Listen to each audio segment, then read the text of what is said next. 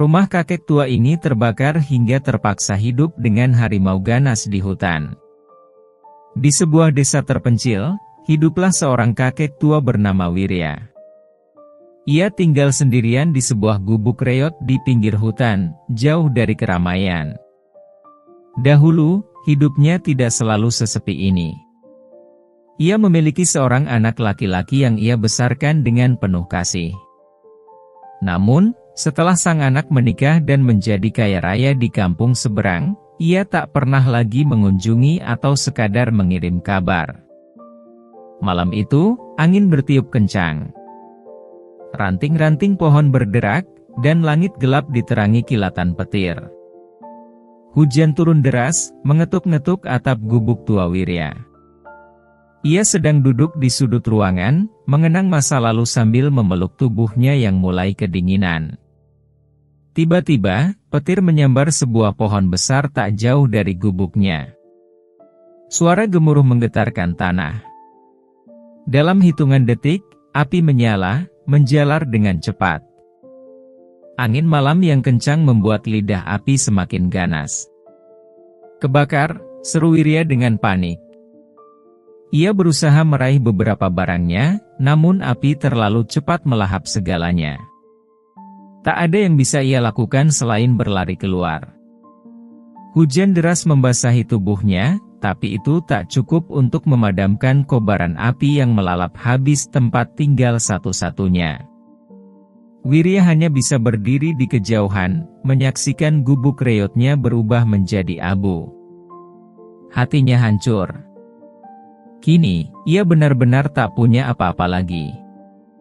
Dengan pakaian basah yang melekat di tubuhnya dan tanpa arah yang jelas, ia menghela napas panjang. Hanya satu hal yang terlintas di pikirannya, anaknya. "Ya, aku harus pergi ke kampung seberang. Aku harus menemui anakku," gumamnya pelan, seakan meyakinkan dirinya sendiri. Namun, perjalanan menuju kampung itu bukanlah perjalanan yang mudah. Ia harus melewati hutan lebat yang terkenal angker dan menyeberangi sungai deras yang penuh dengan arus mematikan. Tapi apa pilihan yang ia punya? Dengan langkah gontai, ia mulai berjalan meninggalkan desanya. Malam masih pekat, suara serangga hutan mengiringi perjalanannya. Sesekali, terdengar lolongan serigala di kejauhan, membuat bulu kuduknya meremang. Setelah berjalan berjam-jam, ia sampai di tepian hutan. Di depan matanya, berdiri pohon-pohon tinggi yang rapat, seolah menjadi gerbang menuju dunia lain. Wirya menarik napas dalam, lalu melangkah masuk.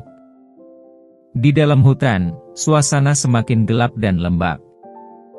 Dahan-dahan pohon besar menutupi langit, membuat cahaya bulan hampir tak bisa menembus ke tanah. Suara-suara misterius terdengar dari balik semak-semak. "Tuhan, lindungilah aku," bisik Wirya. Tiba-tiba, dari balik semak, muncul sepasang mata merah menyala. Sesosok makhluk bertubuh besar dengan bulu hitam lebat menatapnya tajam. Wirya terhuyung mundur, jantungnya berdegup kencang. "Apa itu?" desisnya ketakutan. Makhluk itu mulai bergerak mendekat. Apakah ini akhir perjalanannya? Ataukah masih ada harapan baginya untuk bertemu kembali dengan anak yang telah lama meninggalkannya? Kabut tebal turun perlahan, menyelimuti hutan yang sudah gelap. Pohon-pohon tinggi menjulang, rantingnya bergerak pelan seolah berbisik di telinga Wirya. Langkahnya semakin berat, bukan hanya karena tubuhnya yang lelah, tapi juga karena udara dingin yang menyusup hingga ke tulang. Krak! Sebuah suara terdengar dari semak-semak di sampingnya. Wirya menahan napas, menajamkan pendengarannya. Dadanya berdebar. Ia menoleh perlahan, namun tak melihat apapun selain bayangan gelap pepohonan. Siapa di sana?" tanyanya dengan suara gemetar. Tak ada jawaban. Hanya kesunyian yang semakin mencekam. Namun, perasaan tak enak terus menghantuinya. Ia merasa diawasi. Sesuatu atau seseorang mengintainya dari kegelapan. Tiba-tiba, suara langkah terdengar, cepat dan mendekat. Wirya terlonjak, kakinya hampir tersandung akar pohon. Dengan gemetar, ia mempercepat langkahnya, berharap bisa keluar dari bagian hutan ini secepat mungkin. "Kakek, kakek!" Suara lirih itu terdengar dari belakangnya. Wirya berhenti sejenak. Itu suara anak kecil. "Kakek, tolong aku." Wirya menoleh. Di antara kabut tipis, terlihat sosok seorang anak kecil berdiri di bawah pohon besar. Bajunya lusuh, rambutnya berantakan, dan wajahnya pucat pasi. "Hahei, siapa kamu?" Suara Wirya bergetar. Anak itu tidak menjawab. Ia hanya menatapnya dengan mata kosong, lalu mengangkat tangannya yang kotor dan penuh luka. "Tolong aku, Kek." Jantung Wirya berdegup kencang. Ada sesuatu yang tidak beres. Kakinya terasa berat untuk melangkah, tapi ada dorongan dalam hatinya untuk menolong anak itu. "Apa yang terjadi padamu, Nak?" tanya Wirya, mencoba tetap tenang. Anak itu tersenyum, tapi bukan senyum biasa.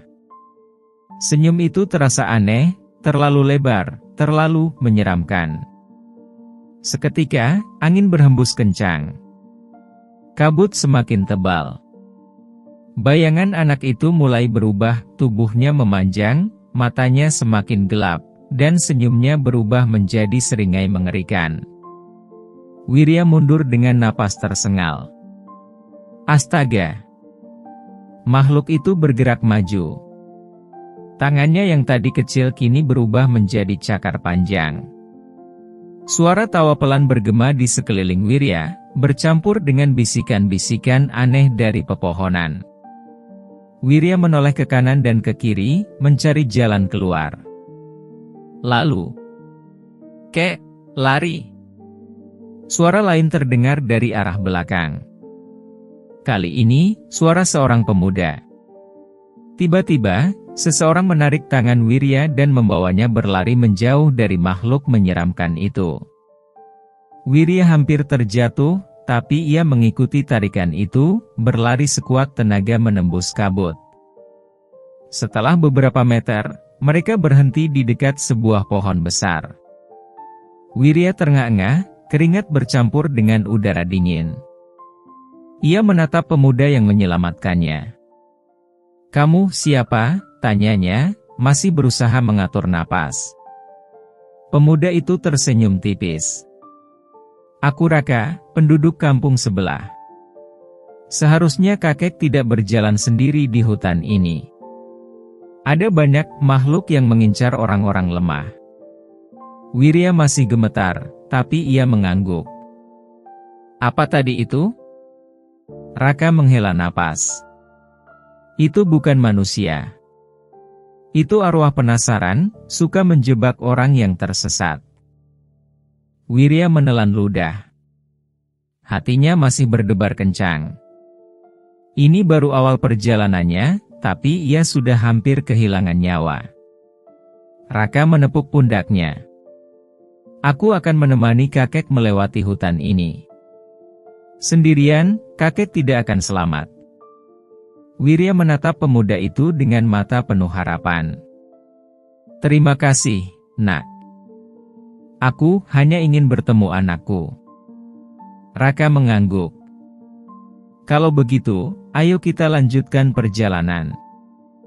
Masih banyak bahaya yang mengintai di depan." Malam semakin larut. Angin dingin bertiup di antara pepohonan, membawa suara-suara aneh yang samar terdengar di kejauhan. Wirya dan Raka melangkah hati-hati di antara akar-akar besar yang menjalar di tanah.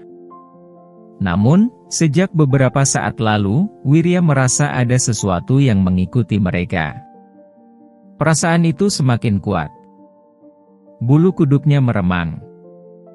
"Raka, apa kau merasa ada yang mengawasi kita?" bisiknya pelan. Raka yang berjalan di depan langsung berhenti. Ia mengangguk perlahan. Aku sudah menyadarinya sejak tadi, Kek. Tapi aku tak ingin membuat kakek panik. Wirya menelan ludah. Ia menoleh ke kanan dan ke kiri.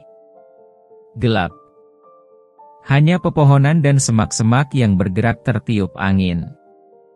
Kemudian, sepasang mata kuning muncul di kejauhan. Bersinar dalam kegelapan. Wirya tersentak mundur. Astaga! Raka langsung menaruh tangannya di bahu Wirya, menahannya agar tidak berlari. Jangan panik, Kek.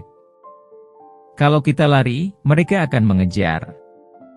Mereka, suara Wirya hampir tak keluar dari tenggorokannya. Tak lama, muncul sepasang mata kuning lagi, lalu sepasang lagi, dan lagi. Dari balik pepohonan, beberapa pasang mata mengintai mereka dari segala arah. Wirya bisa merasakan napasnya semakin berat. Keringat dingin mengalir di pelipisnya. Serigala. Gumam Raka pelan. Mereka berburu dalam kelompok. Serigala liar. Pemangsa ganas yang terkenal tak kenal ampun. Wirya mundur perlahan. Apa yang harus kita lakukan? Raka tak langsung menjawab. Ia menunduk, mengambil ranting besar yang sudah kering. Dengan cepat, ia merogoh kantong kecil di ikat pinggangnya dan mengeluarkan sesuatu, batu api. Kek, mundur perlahan. Aku akan membuat mereka takut, kata Raka dengan suara rendah. Wirya menurut. Sementara itu, Raka menggosokkan batu api dengan cepat ke ranting kering di tangannya. Beberapa percikan menyala. Sekali, dua kali, lalu akhirnya api kecil mulai muncul. Saat api menyala, beberapa pasang mata itu berkedip. Serigala-serigala itu terlihat lebih jelas sekarang, bulu mereka hitam legam, tubuh mereka besar dan kurus, dengan taring panjang yang berkilat dalam kegelapan. Salah satu dari mereka menggeram pelan, lalu melangkah mendekat. Sial! Raka segera mengangkat ranting yang menyala dan mengayunkannya ke udara. Wah! Teriaknya keras. Nyala api membuat beberapa serigala mundur beberapa langkah, tapi satu dari mereka tetap maju, lebih berani dari yang lain. Wirya menggigil. Raka, mereka masih belum pergi. Raka menggertakkan giginya. Ia melihat ke tanah, lalu dengan cepat mengambil beberapa daun kering dan menambahkannya ke api di rantingnya. Api menyala lebih besar. Serigala yang berani itu akhirnya berhenti. Ia menggeram, lalu berbalik dan menghilang di balik semak-semak. Beberapa serigala lain mengikuti, lenyap satu persatu dalam kegelapan. Setelah beberapa saat, hanya Suni yang tersisa. Raka menghela napas lega. Mereka pergi. Wirya masih menahan napasnya. Astaga, aku kira kita akan jadi santapan mereka. Raka tersenyum tipis, meskipun wajahnya masih tegang. Di hutan ini, hanya ada dua pilihan, menjadi pemangsa atau mangsa. Wirya mengangguk pelan. Pengalamannya di hutan ini semakin membuatnya sadar bahwa perjalanan menuju anaknya tak akan mudah. Baiklah, Kek. Raka melanjutkan, kita harus cari tempat untuk bermalam. Kita tak bisa terus berjalan tanpa istirahat. Wirya mengusap keningnya yang berkeringat. Iya, aku lelah sekali. Mereka pun mencari tempat yang aman untuk beristirahat, sementara bayangan serigala masih terbayang jelas di benak mereka. Malam itu, Wirya tidur dengan waspada, bertanya-tanya bahaya apalagi yang menanti mereka di perjalanan berikutnya. Pagi menjelang. Matahari masih malu-malu menampakkan diri di balik rimbunnya pepohonan. Wirya dan Raka melanjutkan perjalanan dengan tubuh yang masih lelah setelah pertemuan menegangkan dengan serigala semalam. Setelah beberapa jam berjalan, suara gemuruh mulai terdengar dari kejauhan. Semakin lama semakin keras, berbaur dengan suara burung dan angin yang berhembus. "Itu suara apa?" tanya Wirya, menoleh ke arah Raka. Raka menghela napas. "Sungai. Kita harus menyeberang jika ingin mencapai kampung seberang." Beberapa menit kemudian, mereka sampai di tepian sungai. Wirya langsung terdiam. Air sungai mengalir deras, menciptakan jeram yang berbahaya. Arusnya begitu kuat hingga bebatuan besar di tengah sungai tertutup percikan air yang bergulung-gulung. Di atas sungai, sebuah jembatan kayu tua membentang. Namun, begitu Raka menginjak salah satu papan jembatan, terdengar suara kraak yang mengerikan. Kayu itu rapuh, lapuk dimakan usia. Raka menggeleng. Jembatan ini tidak bisa digunakan. Kalau kita paksa lewat sini, bisa ambruk dan kita terjatuh ke sungai. Wirya menelan ludah. Lalu bagaimana? Aku tak mungkin berbalik lagi. Aku harus ke kampung seberang. Raka melihat sekeliling. Tak ada rakit, tak ada perahu. Satu-satunya pilihan adalah berenang menyeberangi sungai. Kakek bisa berenang? Tanya Raka ragu. Wirya mengangguk. Aku dulu sering berenang waktu muda, tapi sudah lama sekali. Raka menghela napas. Arusnya sangat kuat, Kek. Jika kita ingin menyeberang, kita harus melakukannya dengan hati-hati. Wirya ragu sejenak, lalu menguatkan tekadnya. Aku tak punya pilihan lain. Aku harus mencoba. Tanpa banyak bicara, Raka mengambil seutas akar panjang yang menjalar di tepi sungai. Ia mengikat ujungnya di pinggang Wirya. Ini untuk berjaga-jaga. Jika kakek terseret arus, aku akan menariknya kembali. Wirya mengangguk. Dengan hati-hati, ia melangkah ke dalam air. Dingin menusuk tulangnya, membuat tubuhnya sedikit gemetar. Namun, ia terus maju. Saat air mencapai pinggangnya, tiba-tiba arus kuat menghantamnya. Ugh! Wirya kehilangan keseimbangan. Kakinya terseret, tubuhnya terbawa arus. Kakek! Raka berusaha menarik akar yang terikat di pinggang Wirya, tetapi arus terlalu kuat. Wirya terseret semakin jauh, air menelan tubuhnya berulang kali.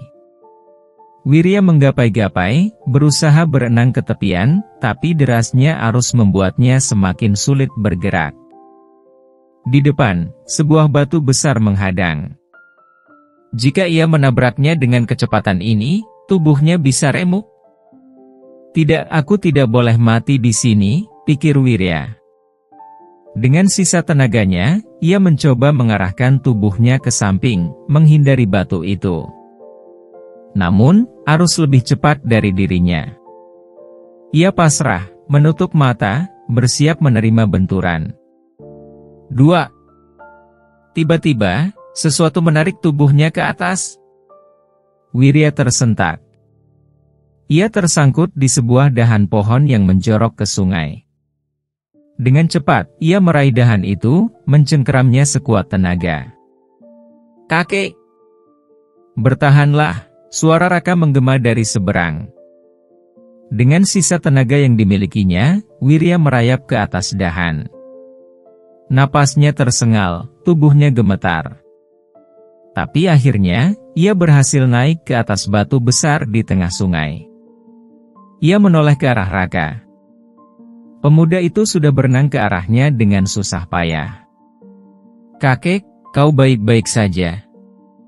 Raka menarik napas berat setelah sampai di batu yang sama. Wirya mengangguk lemah. Aku hampir mati. Raka tersenyum tipis. Tapi kakek selamat. Setelah beristirahat beberapa menit, mereka kembali bersiap.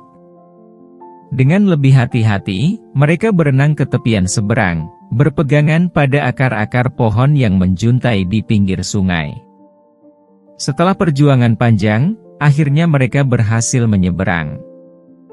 Wirya terduduk di tanah, napasnya masih terengah-engah. "Aku tak pernah menyangka perjalanan ini akan seberat ini," katanya sambil menatap langit. Raka menepuk pundaknya. "Perjalanan masih panjang, Kek. Kita harus segera bergerak." Wirya mengangguk, lalu berdiri. Meski tubuhnya lelah, tekadnya semakin kuat. Ia harus mencapai kampung anaknya, tidak peduli seberapa berat rintangannya. Napas Wirya masih tersengal setelah perjuangan menyeberangi sungai. Tubuhnya lelah, kakinya gemetar, tetapi ia tahu mereka harus segera bergerak. Raka lebih dulu naik ke tepi sungai, lalu mengulurkan tangan untuk membantu Wirya. "Ayo, Kek. Sedikit lagi." Wirya menggapai tangan Raka dengan sisa tenaga yang dimilikinya. Tapi saat ia hampir naik ke daratan, terdengar suara klobos yang menggema dari sungai. Air bergejolak hebat. Percikan besar menyembur ke udara. Raka menoleh ke arah sungai dan langsung membelalakan mata. "Kakek! Cepat! Ada buaya!" Wirya menoleh dan melihatnya, seekor buaya raksasa muncul dari dalam air. Panjangnya hampir 5 meter. Kulitnya gelap, kasar seperti batu, dan matanya merah menyala. Moncongnya terbuka lebar, memperlihatkan deretan gigi tajam yang siap merobek apapun yang ada di hadapannya. Jantung Wirya hampir berhenti. Ia segera menggerakkan kakinya, berusaha berenang secepat mungkin ke tepi. Namun, buaya itu bergerak lebih cepat. Dengan satu kibasan ekornya yang kuat, air sungai bergolak, dan ia melesat menuju Wirya. "Kakek, pegang ini." Raka melempar sebatang kayu panjang ke arah Wirya. Dengan tangan gemetar, Wirya meraih kayu itu. Raka menariknya dengan sekuat tenaga. Namun, pada saat yang bersamaan, splash! Buaya itu menerjang, rahangnya terbuka lebar, siap menutup di sekitar kaki Wirya. "Tidak!" teriak Wirya panik. Di detik terakhir, ia mengayunkan kayu di tangannya dan bruk, memukul moncong buaya itu sekuat tenaga. Buaya itu menggeram keras, kepalanya sedikit mundur, memberi Wirya cukup waktu untuk meraih tangan Raka. Dengan sekuat tenaga, Raka menarik Wirya ke daratan. Mereka terjatuh ke tanah, terengah-engah. Tapi buaya itu belum menyerah. Makhluk mengerikan itu naik ke tepi sungai, badannya yang besar merayap perlahan di atas lumpur, matanya masih menatap tajam ke arah mereka. Raka cepat-cepat meraih batu besar di dekatnya dan melemparkannya ke kepala buaya. "Duh!" Buaya itu tersentak. Lalu, dengan suara geraman rendah, ia mundur perlahan ke dalam air. Sesaat kemudian, ia menghilang kembali di bawah permukaan sungai, meninggalkan riak-riak besar. Wirya masih berbaring di tanah, menatap langit dengan napas terengah-engah. "Astaga, aku hampir mati." Raka tertawa kecil, meski wajahnya masih tegang. "Di hutan ini, hampir mati itu sudah biasa, Kek." Wirya tersenyum lemah. Meski tubuhnya kelelahan, ia merasa lebih kuat dari sebelumnya. Ia berhasil bertahan sejauh ini, dan ia tidak akan menyerah. Raka berdiri dan mengulurkan tangan. "Ayo, Kek. Kita harus terus berjalan. Kampung seberang sudah tidak jauh lagi." Matahari semakin condong ke barat, menyisakan cahaya jingga yang menembus celah-celah pepohonan. Hutan semakin sunyi, hanya suara burung dan gesekan daun yang terdengar. Wirya dan Raka terus melangkah, tubuh mereka masih basah dan lelah setelah berjuang di sungai. Meski demikian, tekad untuk sampai ke kampung seberang menguatkan langkah mereka.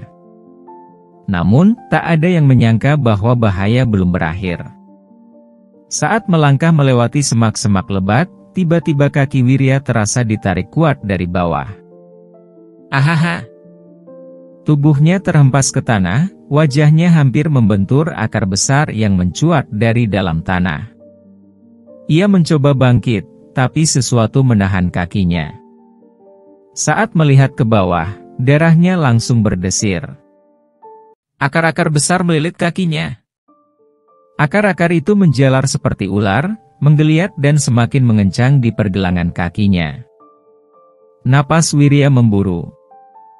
Ia mencoba menarik kakinya, tapi semakin ia bergerak, semakin erat akar-akar itu menjeratnya.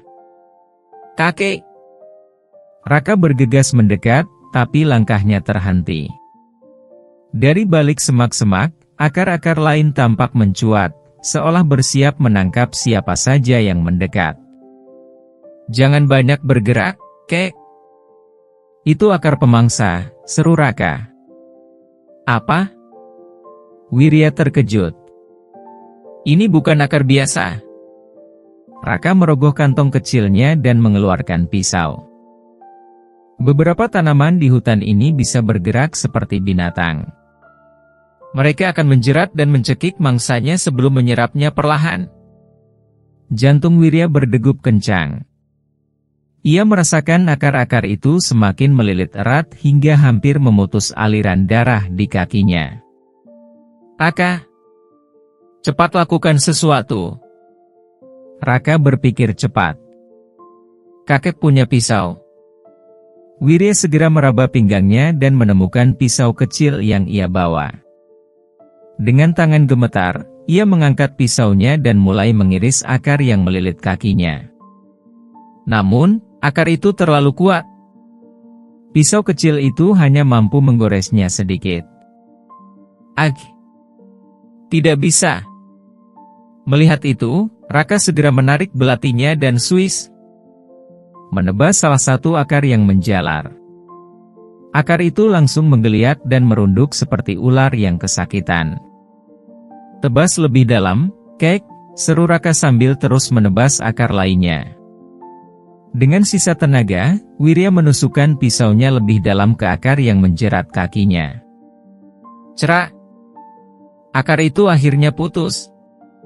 Dalam sekejap, semua akar yang melilitnya tiba-tiba menggeliat dan mundur, seperti makhluk yang terluka.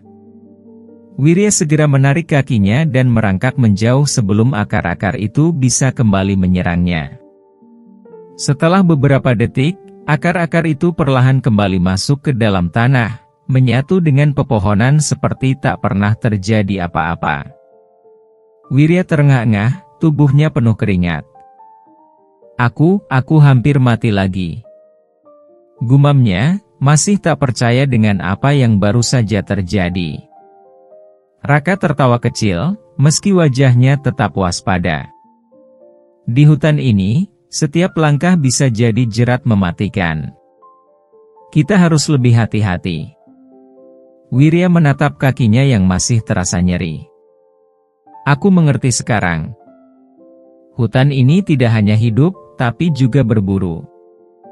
Raka mengulurkan tangan. Ayo, kek. Kita harus pergi sebelum akar-akar itu bangun lagi. Angin berhembus lembut, membawa aroma tanah basah dan dedaunan hutan. Langkah Wirya dan Raka semakin mantap, mereka mulai melihat cahaya di kejauhan, tanda bahwa ujung hutan sudah dekat. Namun, ketenangan itu tak bertahan lama. Grrrrrrr. Suara geraman berat menggema di antara pepohonan. Burung-burung yang bertengger di dahan tiba-tiba berterbangan panik. Wirya langsung berhenti. Bulu kuduknya meremang. Perlahan, ia menoleh ke arah semak-semak di sampingnya. Dari balik pepohonan, sesosok bayangan besar bergerak. Sejurus kemudian, seekor macan raksasa muncul. Tubuhnya kekar, bulunya bercorak hitam dan oranye dengan bekas luka di wajahnya. Matanya kuning tajam, penuh dengan kelaparan. Jantung Wirya berdegup kencang. Keringat dingin mengalir di pelipisnya. "Raka, apa yang harus kita lakukan?" bisiknya dengan suara bergetar. Raka menelan ludah, matanya tak lepas dari macan itu. "Jangan bergerak, Kek. Jangan tunjukkan ketakutanmu." Tapi sudah terlambat. Macan itu menundukkan badannya, otot-ototnya menegang. Ia bersiap menerkam. Grarar! Macan itu melompat ke arah mereka dengan kecepatan luar biasa. Wirya terjatuh ke tanah, matanya melebar melihat cakar besar yang siap menyayat tubuhnya.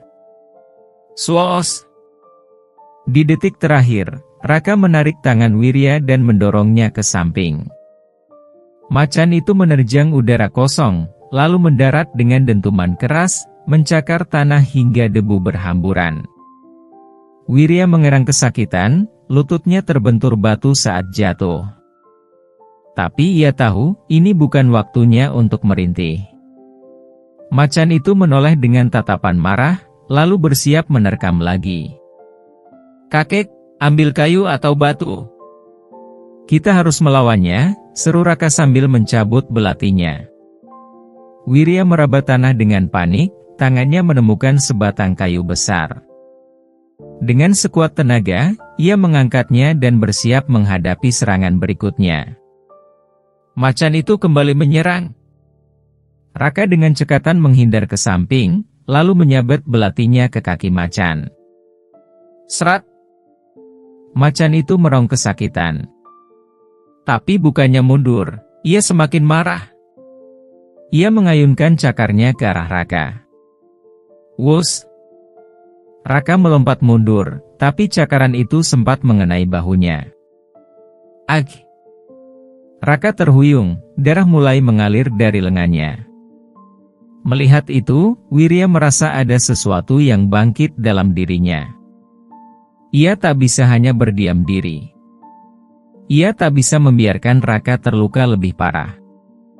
Dengan sekuat tenaga, Wirya mengayunkan kayunya ke kepala macan. 2. Macan itu menggeram keras, terpukul mundur beberapa langkah. Raka memanfaatkan kesempatan ini. Ia meraih segenggam pasir dan melemparkannya ke mata macan. Serak! Macan itu mengerang kesakitan, kepalanya menggeliat-geliat, matanya berusaha terbuka. Kakek, sekarang! Lari! Tanpa pikir panjang, Wirya dan Raka berlari secepat mungkin, menerobos semak-semak tanpa melihat ke belakang. Macan itu masih meraung, tapi tak lagi mengejar mereka. Setelah berlari cukup jauh, mereka akhirnya berhenti di sebuah batu besar. Napas mereka terengah-engah, keringat mengalir deras. Wirya menatap Raka yang masih memegangi bahunya yang berdarah. Kau tak apa-apa? Raka tersenyum lemah. Hanya luka kecil. Tapi kita selamat. Wirya menghembuskan napas lega. Jantungnya masih berdegup kencang, tapi ia tahu satu hal, ia baru saja selamat dari kematian untuk kesekian kalinya.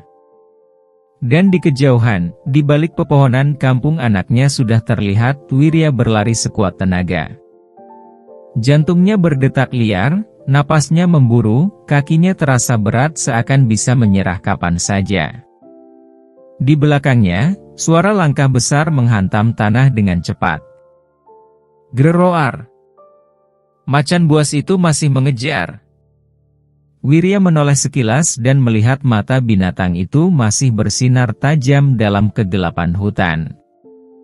Nafasnya terasa semakin berat, tubuhnya yang renta seolah tak kuat lagi berlari. Kakek! Awas di depan, teriak Raka dari kejauhan. Wirya menoleh ke depan, jurang. Ia menghentikan langkahnya tepat di tepi jurang yang dalam. Tanah di bawahnya rapuh, bebatuan kecil runtuh ke dalam kegelapan. Tidak ada jembatan, tidak ada jalan lain. Tidak, aku buntu, gumamnya panik. Dari belakang, suara gemuruh langkah macan semakin dekat. Wirya bisa merasakan napas panas binatang itu.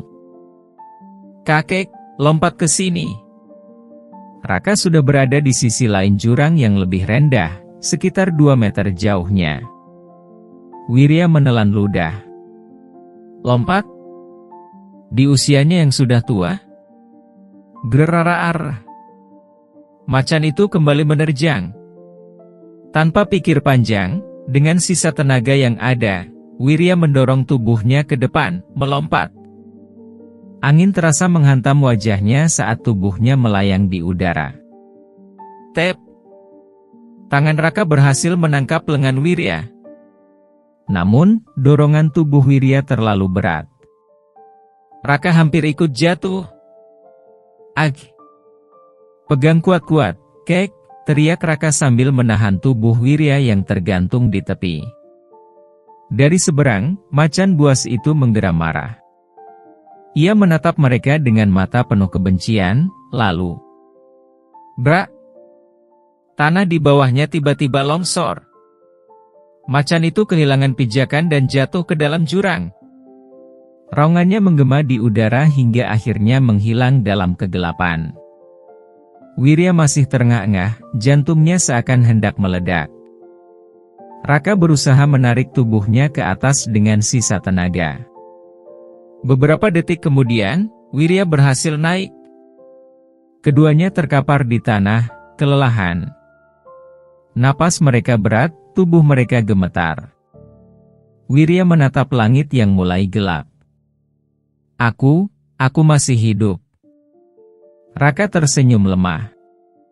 "Aku juga." Mereka saling berpandangan sejenak sebelum akhirnya tertawa kecil. Rasa lega menyelimuti mereka. Setelah beberapa saat, Raka menoleh ke kejauhan dan menunjuk. "Lihat, kek, kampungnya sudah dekat." Wirya mengikuti arah pandangan Raka. Di balik pepohonan, lampu-lampu kecil mulai terlihat. Asap tipis mengepul dari atap rumah. Jalan setapak sudah terlihat jelas. Setelah perjalanan panjang yang penuh bahaya, tujuan mereka akhirnya di depan mata. Kakek Wirya berdiri di depan sebuah rumah megah. Dindingnya kokoh, pintu kayu jati berukir, dan lampu-lampu terang bersinar dari balik jendela. Dari luar, terdengar suara tawa dan dentingan piring, suara kehidupan yang hangat. Wirya menelan ludah, hatinya berdebar. Setelah perjalanan panjang yang nyaris merenggut nyawanya berkali-kali, inilah saatnya. Dengan tangan gemetar, ia mengangkat kepala dan mengetuk pintu. Langkah kaki terdengar mendekat. Pintu perlahan terbuka. Seorang pria muda dengan pakaian mewah berdiri di ambang pintu. Wajahnya tampan dan bersih, tetapi tatapannya kosong saat melihat sosok Renta yang berdiri di depannya. Itu anaknya, Bayu. Wirya tersenyum penuh harapan. "Nak, akhirnya aku sampai juga." Bayu mengerutkan kening. Ia mengamati pria tua di hadapannya, pakaian compang-camping, tubuh penuh luka dan kotor, wajah penuh keriput yang basah oleh keringat. "Ayah," suaranya datar, nyaris tak percaya. "Iya, nak, ini aku. Ayahmu." Wirya tertawa kecil, meski suaranya lemah. "Aku datang jauh-jauh untuk menemui." Belum selesai bicara, Bayu mengangkat tangan, wajahnya berubah dingin. "Untuk apa kau kesini?" Wirya tertegun. "Apa maksudmu, nak?" "Aku hanya ingin bertemu denganmu." Bayu mendengus, lalu melirik ke kanan-kiri, memastikan tak ada orang yang melihat. "Kenapa kau datang dalam keadaan seperti ini? Kau menyedihkan." Hati Wirya mencelos. "Bayu, aku kehilangan rumahku. Aku sudah tua. Aku hanya ingin berlindung di sini, bersamamu." Aku ayahmu, Bayu. Bayu menatapnya dengan jijik. Bersamaku? Kau pikir aku akan membiarkan orang sekotor dan semiskin kau tinggal di sini? Wirya merasa dunianya runtuh. Tapi, nak, aku yang membesarkanmu. Kau anakku, suaranya mulai bergetar. Bayu mendesah kasar. Aku sudah punya kehidupan sendiri, ayah. Aku tidak butuh orang sepertimu mengganggu ketenanganku. Pintu terbuka lebih lebar, dan seorang wanita cantik muncul. Itu istri Bayu. Sayang, siapa dia? Tanyanya dengan nada bingung. Bayu melirik sekilas ke Wirya, lalu berkata datar, tidak ada. Hanya pengemis tua yang tersesat. Wirya membelalakan mata. Bayu, bisiknya lirih. Tanpa rasa bersalah, Bayu merogoh kantongnya, mengeluarkan sekeping uang perak, dan melemparkannya ke tanah. Nih. Ambil dan pergi. Wirya tidak mengambil uang itu. Ia hanya menatap anaknya dengan tatapan kosong. Seluruh perjalanan panjang, perjuangan melawan bahaya, harapan yang ia bawa selama ini, hancur dalam sekejap. Matanya mulai berkaca-kaca. Dadanya sesak. Ia menggeleng perlahan. Kau bukan anakku yang dulu. Bayu menghela napas, lalu tanpa berkata lagi, bam, menutup pintu di hadapan ayahnya. Wirya berdiri diam, terpaku. Angin malam berhembus, membawa dingin yang menusuk tulangnya. Ia menunduk, lalu berbalik perlahan. Di belakangnya, Raka berdiri dengan tatapan marah dan kecewa. Aku tidak percaya, gumamnya. Setelah semua yang kakek lalui, dia malah. Wirya hanya tersenyum pahit. Tak apa, nak. Aku sudah tahu jawabannya. Raka mengepalkan tangan. Lalu, sekarang bagaimana? Apa kita akan mencari tempat lain? Wirya memandang langit yang penuh bintang. Dengan suara lemah namun mantap, ia berkata, aku hanya ingin pulang. Raka menatapnya bingung. Tapi, rumah kakek sudah terbakar. Wirya tersenyum. Rumah bukan sekadar tempat, nak. Rumah adalah hati yang menerima kita. Dan aku tahu di mana aku diterima. Dengan langkah tertatih, ia mulai berjalan pergi. Dan tanpa ragu, Raka mengikutinya.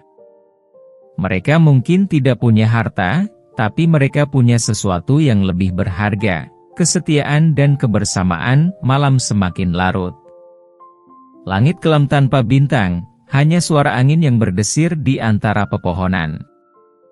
Wirya masih berdiri di depan rumah megah anaknya, menatap pintu yang baru saja tertutup di hadapannya. Hatinya sakit, jauh lebih sakit dari luka-luka yang ia dapatkan sepanjang perjalanan. Tiba-tiba, langkah kaki berat terdengar mendekat. Dua pria bertubuh besar dengan wajah garang berdiri di depan Wirya. Mereka adalah orang suruhan Bayu. Sesuai perintah Tuan, kau harus pergi dari sini, kata salah satu dari mereka dengan suara dingin. Wirya menatap mereka dengan mata kosong. Aku tidak akan membuat masalah. Aku hanya butuh tempat berteduh sebentar saja. Pria itu tidak peduli. Tanpa peringatan, mereka meraih tangan kurus Wirya dan menyeretnya dengan kasar. Hei!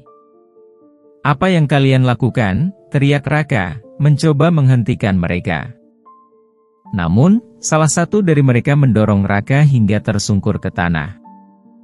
Anak ini juga pengemis? Pergi sana, bocah! Wirya tak berdaya. Tubuhnya terlalu lemah untuk melawan. Ia hanya bisa terhuyung, terseret menjauh dari rumah yang seharusnya menjadi tempat ia berlindung. Mereka menyeretnya melewati jalan kampung, di antara rumah-rumah megah, di bawah tatapan dingin para penduduk yang memilih untuk diam. Tak ada yang peduli. Tak ada yang bertanya. Ketika mereka mencapai perbatasan desa, salah satu pria itu mendorongnya kasar. "Bruk!" Wirya jatuh tersungkur di tanah berdebu. Lututnya yang sudah lemah semakin sakit. "Kau bukan bagian dari tempat ini. Jangan pernah kembali," salah satu pria itu memperingatkan, lalu mereka berdua berbalik, meninggalkan Wirya begitu saja. Wirya tidak bergerak. Ia hanya diam, menatap tanah dengan tatapan kosong. Semua harapannya hancur. Segala rasa sakit yang ia tanggung dalam perjalanan, semua untuk apa? Untuk diusir seperti sampah? Untuk dilempar keluar tanpa sedikit pun rasa kasih sayang? Raka berlari menghampiri dan membantu Wirya duduk. "Kakek, ayo kita pergi dari sini." Wirya hanya menggeleng lemah. "Untuk apa?" "Aku tak punya tempat lagi, Nak." Suara angin berhembus dingin di malam itu. Dengan hati yang hancur, kakek Wirya berjalan kembali ke hutan. Ia merasa hidupnya tak ada artinya lagi. Di bawah langit malam yang gelap, kakek Wirya berjalan tanpa arah. Angin berdesir dingin, seolah membisikkan kepadanya bahwa dunia sudah tidak menginginkannya lagi. Kakinya yang lemah menyeretnya kembali ke tempat di mana ia hampir kehilangan nyawa, hutan yang penuh bahaya, tempat macan buas pernah menerkamnya. Ia berdiri di tengah hutan, menatap sekeliling dengan pandangan kosong. "Jika memang ini akhirku, biarlah," gumamnya lirih. Tiba-tiba, semak-semak berguncang. Dari kegelapan, sepasang mata tajam berkilauan muncul. Macan itu. Binatang yang dulu ingin membunuhnya kini berdiri hanya beberapa langkah darinya. Tubuhnya besar dan kuat, napasnya berat. Wirya tak bergerak. Ia pasrah. Jika memang malam ini menjadi malam terakhirnya, ia menerima takdirnya. Tapi sesuatu yang aneh terjadi. Macan itu tidak menerkam. Sebaliknya, ia mendekat perlahan, menatap Wirya dalam-dalam, lalu duduk di sampingnya. Wirya menahan napas. Ia bisa merasakan kehangatan tubuh binatang itu, bisa mendengar napasnya yang dalam. Lalu, tanpa diduga, macan itu menjulurkan lidahnya dan menjilati luka-luka di tangan Wirya. Seketika, air mata Wirya jatuh. "Apa? Kau mengerti perasaanku?" Suaranya bergetar. Macan itu hanya diam, tetap di sampingnya, seolah memahami penderitaan yang ia alami. Malam itu, Wirya dan macan duduk bersebelahan dalam keheningan. Untuk pertama kalinya dalam waktu yang lama, Wirya merasa tidak sendirian. Sejak malam itu, kakek Wirya tak pernah kembali ke desa. Orang-orang hanya bisa berspekulasi tentang apa yang terjadi padanya. Ada yang mengatakan ia telah mati di hutan. Ada pula yang percaya bahwa ia masih hidup, tinggal bersama sang macan, menjadi bagian dari alam yang lebih memahami kasih sayang daripada manusia sendiri. Tahun demi tahun berlalu. Cerita tentang kakek Wirya berubah menjadi legenda. Orang-orang desa mulai percaya bahwa jika seseorang tersesat di hutan dan mendengar suara geraman pelan dari semak-semak, itu tandanya kakek Wirya dan macannya masih ada di sana. Mereka bukan untuk menakuti, tetapi untuk menjaga. Menjaga hutan dari tangan serakah. Menjaga manusia agar tidak melupakan keluarga mereka. Dan mereka yang lupa asal-usulnya, yang membuang keluarganya seperti sampah, konon akan menemui nasib buruk seperti anak kakek Wirya. Hingga kini, kisah ini terus diceritakan. Legenda kakek Wirya, sang penjaga hutan. Dan di dalam kegelapan hutan, jika kau mendengar suara napas berat di belakangmu, bersikaplah baik, Atau kau mungkin akan dihukum oleh roh sang kakek dan macannya.